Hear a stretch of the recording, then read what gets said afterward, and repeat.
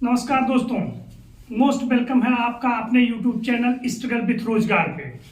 दोस्तों, एक कोटेशन के साथ में शुरू कर बच्चन ने कि लहरों से डरकर नौका पार नहीं होती और कोशिश करने वालों की कभी हार नहीं होती। लहरों से डरकर नौका पार नहीं होती, कोशिश करने वालों की कभी हार नहीं होती। नन्ही चींटी दाना लेकर चढ़ती है, चढ़ती दीवारों से 100 बार फिसलती है। मन का विश्वास रगों में साहस भरता है, गिरकर चढ़ना चढ़कर गिरना नहीं अखरता है। आखिर उसकी मेहनत बेकार नहीं होती और कोशिश करने वालों की कभी हार नहीं होती। असफलता एक चुनौती है, इसे स्वीकार करो। हम भी उसी दौर में हैं, लेकिन फिर भी कह रहे हैं असफलता एक चुनौती है, इसे स्वीकार करो। क्या कमी रह गई देखो और सुधार करो। जब तक न सफल हो नीच चैन को त्यागो तुम। संघर्ष का मैदान छोड़कर मत भागो तुम, क्योंकि कुछ किए बिना जय जयकार नहीं होती और कोशिश करने वालों की कभी हार नहीं होती। दोस्तों, इस चैनल पर एक बार फिर से आप सभी का मोस्ट वेलकम है। जैसा कि हम जानते हैं, जैसा कि हम लोग पढ़ रहे हैं आज अनुसूचियों के बारे में। अभी कल भी हमने अनुसूची के बारे में चर्चा किया था और आज भी हम अनुसूचियों के बारे में ही पढ़ेंगे, क्योंकि हमने 8 अनुसूची पढ़ी थी, अभी 4 शेष रह गई है। तो आइए देखते हैं, उसको कंप्लीट करते हैं। हमने 8 अनुसूचियों की बात की थी।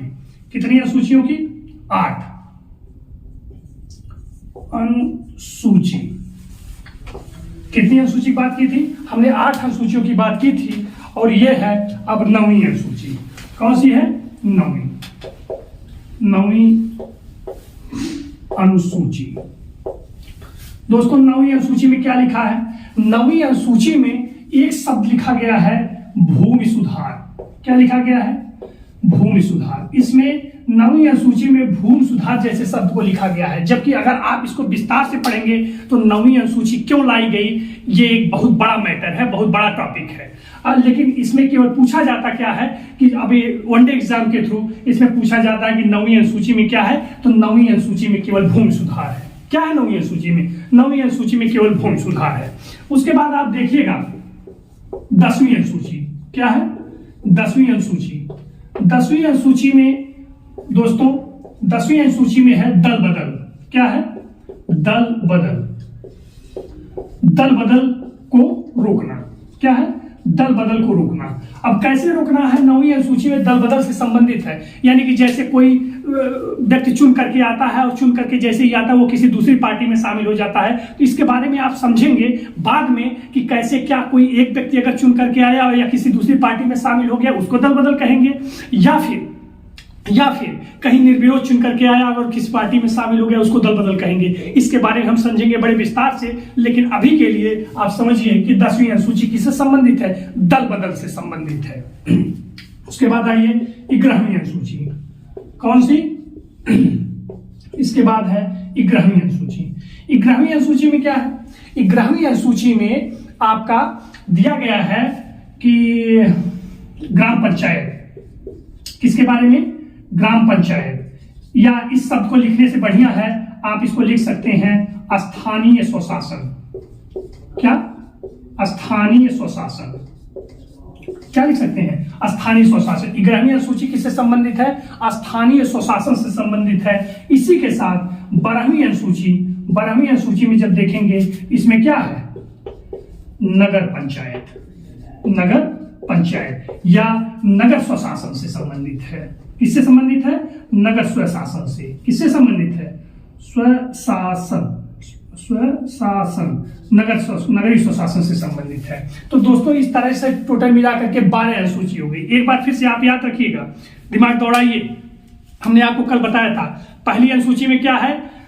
राज्य तथा केंद्र शासित प्रदेश। दूसरी अनुसूची में क्या है? दूसरी अनुसूची में हमने आपको बताया था कि सबसे पहले अगर आप कहीं जाते हैं तो वहां पर पहले नौकरी के लिए तो सबसे पहले वहां वेतन की बात करते हैं। तो दूसरी अनुसूची में भारतीय संविधान के महत्वपूर्ण पदाधिकारियों द्वारा प्राप्त किए गए वेतन भत्ते का उल्लेख है। तीसरी अनुसूची में क्या है? तीसरी अनुसूची में महत्वपूर्ण पदाधिकारियों द्वारा लिए गए शपथ ग्रहण का उल्लेख है। किसका उल्लेख है? शपथ ग्रहण का उल्लेख है। फिर चौथी अनुसूची में आ जाइए। चौथी अनुसूची में है राज्यसभा में सीटों का आवंटन। कैसे? राज्यसभा में सीटों का आवंटन का मतलब यह है कि राज्यों के लिए कितनी सीटें होंगी और केंद्र शासित प्रदेश के लिए कितनी सीटें होंगी, यह अनुसूची 4 बताती है। फिर अनुसूची 5 में हमने आपको बताया कि अनुसूचित जाति तथा जनजाति के क्षेत्रों के प्रशासन के विषय में उल्लेख किया गया है। किसके? अनुसूचित जाति और अनुसूचित जनजाति के क्षेत्रों के प्रशासन के विषय में उल्लेख किया गया है। फिर आप देखेंगे अनुसूचित 6। अनुसूचित 6 में भी कहा गया है क्या, केवल व केवल अनुसूचित जनजाति के लिए, अनुसूचित जनजाति के प्रशासन के विषय में उल्लेख किया गया है। इसमें हमने आपको 4 राज्य बताया था, असम, मेघालय, त्रिपुरा, मिजोरम, और हमने आपको बताया था जबकि उत्तर पूर्वी राज्यों में मणिपुर भी है, लेकिन मणिपुर इसमें शामिल नहीं है, क्योंकि हमने आपको बताया था। अगर इस तरीके से याद करना हो तो यह समझिए कि अनुसूचित 6 में आपको मणि नहीं मिलेगी। मणि किसके पास मिलेगी, नागिन के पास मिलेगी, इसलिए अनुसूचित 6 में मणिपुर नहीं है।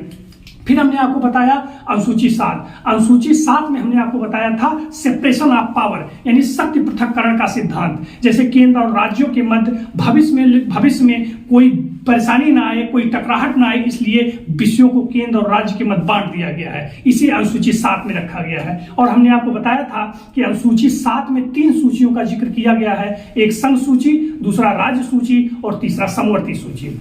हमने आपको बताया था कि संघ सूची पर कानून बनाने का काम केंद्र सरकार करती है अर्थात संसद करती है, राज्य सूची पर कानून बनाने का काम राज्य सरकार अथवा राज्य विधानमंडल करती है, और समवर्ती सूची पर कानून बनाने का काम दोनों मिलकर के, यानी संघ और राज्य दोनों मिलकर के कानून बनाते हैं। इसका मतलब संसद और राज्य विधानमंडल दोनों मिलकर के कानून बनाते हैं। लेकिन उस कानून के टकराहट में अगर किसी भी प्रकार की कोई टकराहट होती है तो हमने आपसे बताया था उसमें संसद द्वारा बनाए गए कानून को वरीयता दी जाती है। किसमें, अनुसूची 7 में। फिर आइए अनुसूची 8। अनुसूची 8 क्या कहती है, अनुसूची 8 में कहा गया है भाषा का उल्लेख। किसका उल्लेख है, भाषा का उल्लेख है। और अनुसूची 8 में हमने आपको बताया था कि 22 भाषाओं का उल्लेख किया गया है। प्रारंभ में हमारे पास 14 भाषाएं थी, फिर बाद में बढ़कर के कितनी हो गई, 22 हो गई। इसका मतलब 8 भाषाओं को जोड़ा गया।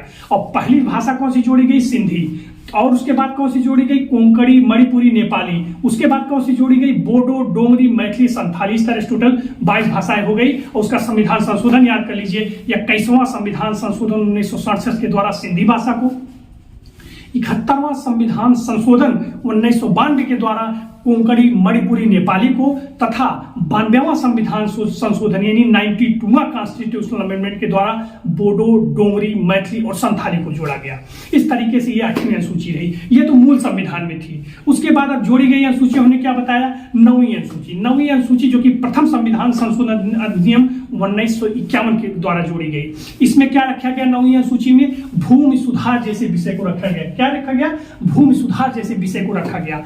फिर उसके बाद हमने आपको बताया 10वीं अनुसूची। 10वीं अनुसूची जो कि 52वां संविधान संशोधन 1985 के द्वारा जोड़ा गया। इसमें क्या किया गया, इसमें दल बदल पर रोक लगाने की बात की गई। किस पर, दल बदल पर रोक लगाने की बात की गई। उसके बाद 11वीं अनुसूची हमने आपको बताया 73वां संविधान संशोधन 1992।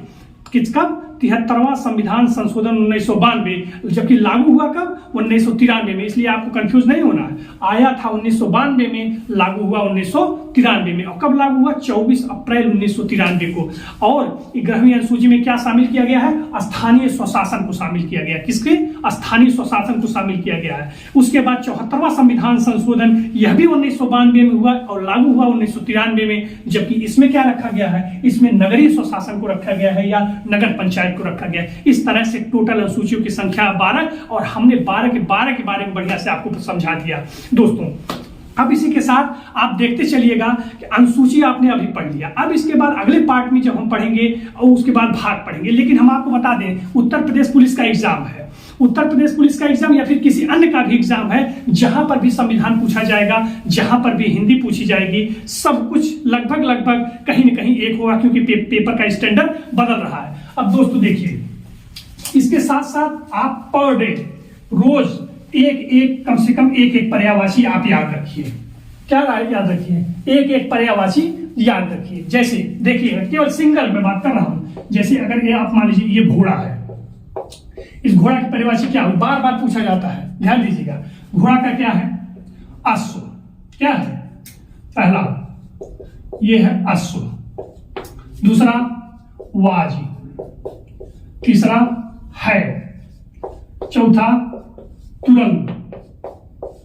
देखिए अश्व, वाज, है, तुरंग, घोड़ा हो गया है। और इसके बाद घोटक। क्या है, घोटक। उसके बाद क्या है, सरता।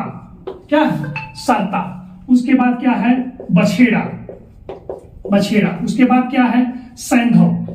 क्या है, सैंधव। उसके बाद क्या है, रविपुत्र। क्या है, रविपुत्र। तो ये मिलाकर के क्या हो गया, ये घोड़े की पर्यायवाची हो गई। आप याद करिए, अश्व, वाजी, है, तुरंग, घोड़ा, घोड़ा तो है, घोटक, सरता, बछेड़ा, सैंधव, रविपुत्र। और आपको मैं बता दूं कि इन पर्यायवाची, एक एक पर्यायवाची आप रोज याद रखिए और 100% सब याद हो जाएगा। और इसके साथ देखिए, यह जो घोड़ा है, इस घोड़ा का तत्सम होता है घोटक। क्या होता है, ये इसका क्या है, ये तत्सम है। क्या है, तत्सम है। आपको यह याद रखना है, घोड़ा का तत्सम क्या है, घोटक है। आप सभी को उम्मीद करते हैं यह पसंद आया होगा, और पसंद आए तो आपके जस्ट दाहिने साइड में एक बटन है सब्सक्राइब की, आप सब्सक्राइब की बटन को दबा दीजिए और लाइक की बटन को दबा दीजिए, और जिससे हमारी आने वाली वीडियो हमेशा आपको समय समय पर मिलती रहे। जय हिंद, जय भारत।